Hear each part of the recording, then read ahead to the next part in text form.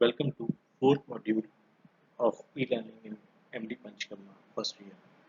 Today we will be covering importance of Kosht and Agni in terms of Shodhan and Panchkarma, as well as Pariharya Vishay in various Panchkarma procedures. We are already aware that Kosht has been divided into three: Mridu, Madhyam and Tikshna, and it is based on these categories that the importance and role of Kosht can be assessed in Panchkarma. Let's learn what is Kosht. The word Kosht and its clinical concentrations have different meanings, which are according to anatomical demarcation, physiological importance, and on the basis of treatment. Kosht may be considered as a thoraco-abdominal region on the basis of Shari Rachana, and it can be considered as many of the system on the basis of Kriya, and on the basis of treatment it can be correlated or considered as gastrointestinal system. It can be assessed on the basis of two factors, that is Agni and bowel habit, and it is the Adhishthan of Agni according to many acharyas. It is of three types: Mridu, Madhyam and Krur. Before going further, we need to understand how do we assess or examine the Kosht. While explaining the various types of Kosht, the acharyas have explained it on the basis of bowel habit. For example, a Mridu Koshti person is one who passes loose stools and gets virechan even on ingestion of milk itself, and it is due to Pitta Pradhan dosh formation in the person. A Madhyam Koshti person is one who passes firm stool once daily or at max twice. It can be due to cough and Samadoshavastha in the person's body.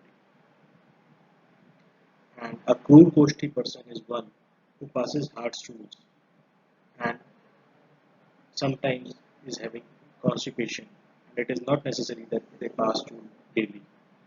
And virechan in such patients can be induced only by Tikshna virechan Aushadhi like Trivruts, Novishir, etc.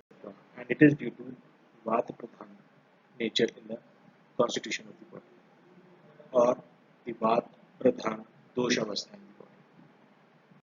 Agni plays a very vital role in a living person. As we all know, there are various classifications of Agni, but main is Jatragni, Dhatwagni, and Bhutagni. And it is this Agni which is vital for the humans to live, or for that matter, any living person. The life force is derived with the help of this Agni. As Acharyas have said, Shantagnahu Vriyate Yukte. So, if this Agni gets specified or it is not working at all in a person's body, that means that death is arrived. So, what is Agni? It is the most important physiological component of our body, and there are 13 types of Agni which have been classified, in which there are 5 Bhutagni, one for each Mahabhut, 7 Dhatwagni, one for each Dhatu, and 1 Jatragni. Amongst these, Jatragni is Pradhan, as it can affect the position of further 5 Bhutagni and Dhatwagni. If it gets one, the other Agnis also get one. If it is Tikshna, other also can get Tikshna. And if it is in Samavastha, all the Agnis can be in Samavastha. Agni takes care of all the micro as well as micro channel metabolisms inside our bodies. So any kind of Pachan Kriya is regulated with the help of Agni, whether it is in Mahasrotas or it is in micro channels or cellular level metabolism. How do we test Agni? According to Acharya Charak, Agni assessment is based on two major components, which is Abhyavaran Shakti and Jaran Shakti. What is Abhyavaran Shakti? It is the intake capacity or the eating capacity of a person. And what is Jaran Shakti? It is the digestive force or the capacity of a person to digest the food they have eaten. If Jaran Shakti is proper, then at the end of digestion, Jeen Ahar Lakshanas are produced, which are Utsaha, Laghuta, Udgar Shuddhi, Shuddha Pravrutti, and proper Malotsar. And if Abhyavaran Shakti is proper, then a person's intake capacity of food and Shuddh both are normal. If they vary, then there is presence of arm and it can lead to Sammal and Agnimande, Ajeen, etc. Lakshan. Now we will discuss the applied aspect of Posht and Agni in reference to Panchkarma. They are mainly required to decide the dose and frequency as well as selection of the medicine which can be used for Shodham. For example, the Kosht helps in deciding the duration of Abhyantar Snehapan. In Mridu Koshtu person, 3 days Snehapan is sufficient, whereas in Madhyam Koshtu person, 4 to 5 days, and in Krur Koshtu person, up to 7 days of Snehapan is required.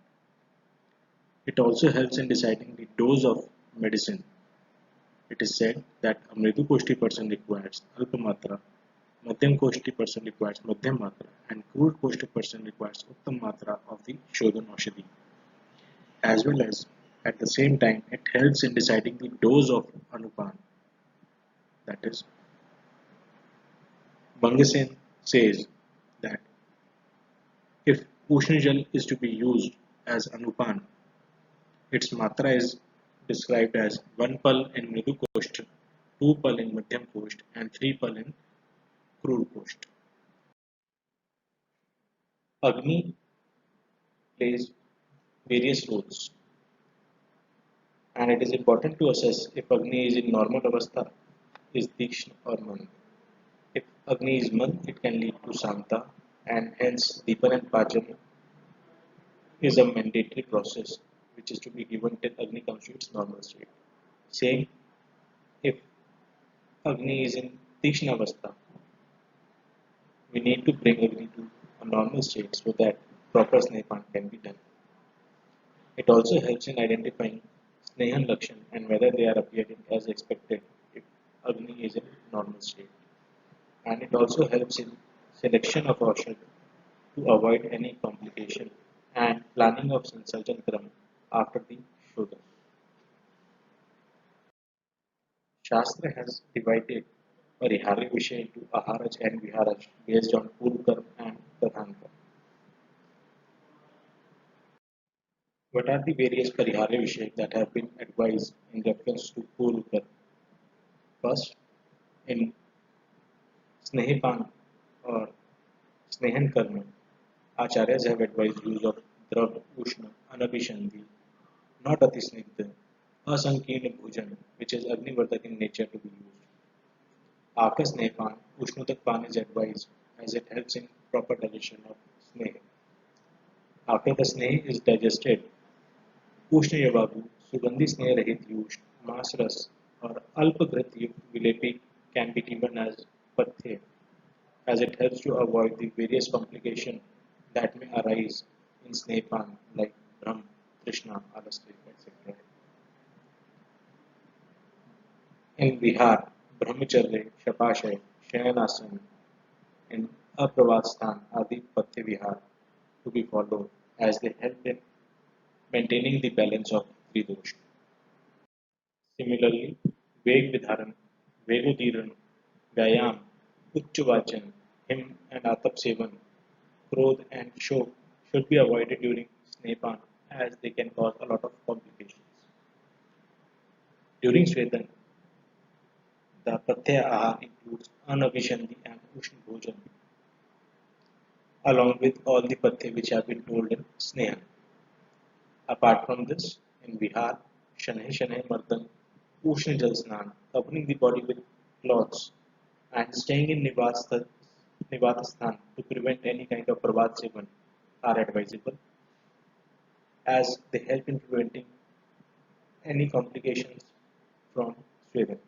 Similarly, any kind of Vyayam should be avoided during the length of the Swedankar. A separate set of Parihari Vishay have been described for every Pradhanakar. For example, before women, Kaputkleshak Ahar, such as Mas or Masras of Gramya, Anu, Avdak Pashu, Pakshi, along with Kshir Dadi, Mas, Mash, and Til can be given for proper Utklesha, Kapadosh. For proper Virechan, Lagu Bhojan, Amlapal Ras, Snigdha, Drav, and Ushnahar, or Jangal Pakshi Pashu Masaras can be given as Pathe. They help in alleviating Pitta dosh and achieving the Gat Avastha of Kapha dosh. Bahi Snehan and Swedan are to be done before both the treatments for proper movement of the doshas from Shaka to Post. And after completion of this process, Sansarjan Kram according to level of Shuddhi should be given. During Basti Karma, according to Doshavastha, different are advised. Masras is preferable in Vata disorders, Shi in Pitta disorders, and Yush in Kapha disorders. Similarly, care is to be taken about when the basti is to be administered on empty stomach. The patient should be empty stomach for 8 hours. And in case of Anuvasan basti, Lagu Ahar, according to the Doshavastha, should be taken just before basti is administered. For Nasyakarm, Ushna Ahar and Vihar are advisable, which help in controlling both Vata as well as Kapha. As we all know, Nasya is major line of treatment for Udu Jatrughat Vikar, and in these conditions, both Kapha and Vata are required to be tackled equally. Sherasnan is strictly contraindicated as well as Nasya is contraindicated in Durtin. In Raktamokshan, food and drink which are neither too hot nor too cold in nature are lagu and are stimulant of digestion are recommended.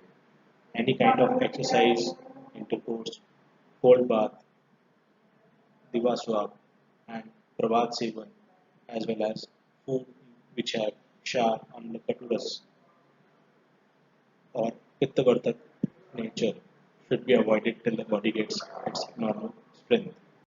Apart from all these, Ashtamahadosha Varjya Vishay have been described in the text which are Uchchair Bhasham Ratak Shobham, Ati Chankraman Asana, Ajeel Rahit Bhojya Divaswapna Samyatna. All these 8 categories, that is, speaking too loudly, traveling on a bumpy road or in a path, walking excessively, sitting excessively, taking diet which is not good for health, eating when previous food has not been digested, sleeping in day, and coitus are strictly contraindicated during Pur and Pradhankar as well as during Parihar Kal. Various disorders can arise due to every aspect of these 8 Mahadoshika Varjya Vishay, and separate treatment has been described for each. I would advise the PG scholars to prepare a chart of various diseases which can arise if one does not abstain from the Ashtamahadoshika Varjya Vishay and give the treatment as well. They should be mailed to me by next Saturday. With this, we come to the conclusion of this session, and I thank you all for patient hearing.